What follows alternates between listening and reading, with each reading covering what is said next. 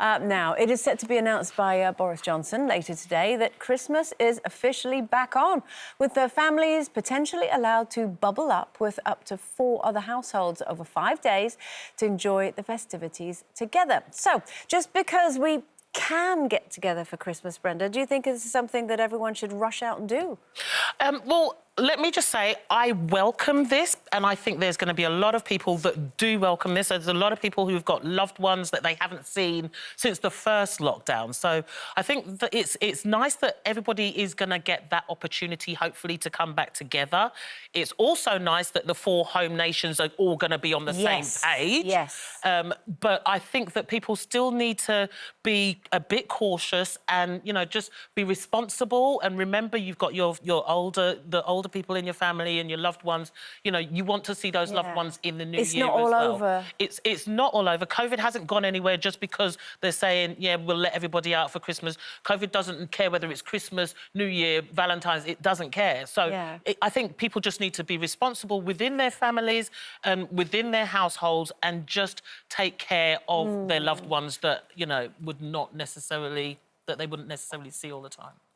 Well, I'm delighted that I'll be able to see my grandchildren and my kids over Christmas. Yeah. I mean, obviously, we have still got to be cautious, but, I mean, it's depressing enough being in lockdown under normal circumstances every day.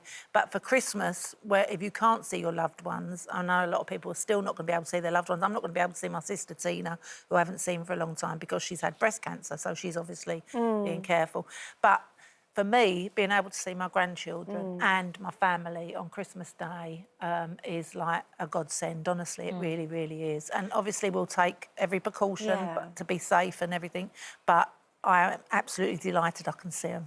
And Judy, obviously, with the experience that you've had working in the mental health sphere, you must appreciate that. I'd imagine a lot of this decision-making to allow families to get together has been made for people's mental health rather than their physical health.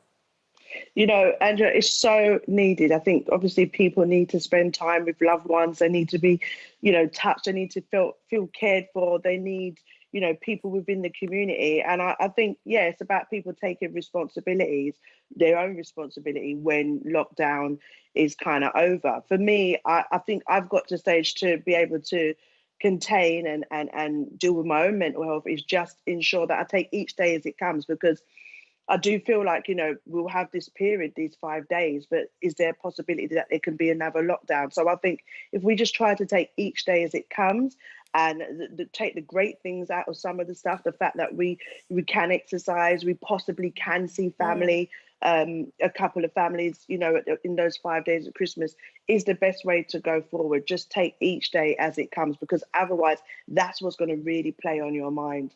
And obviously, you know, it's such a difficult decision for the government to try and get that balance right of our physical health and our mental health. And, you know, they're understanding the importance of allowing families and friends to get together in a sort of careful way.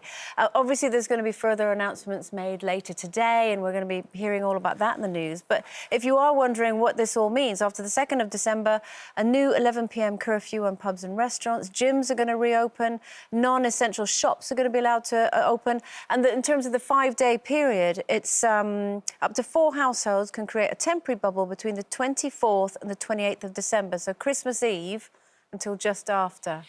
Yeah, so that means there's going to be no more buffet food, because you can't have people's fingers in things and then going into another bowl of things or whatever. Nasty habit. I've never ate nuts anyway, because people, like when they're on the bars, people go to the toilet and then come in and put their hand in the nuts. That's what they do. She said it. She said it. Nuts in the nuts.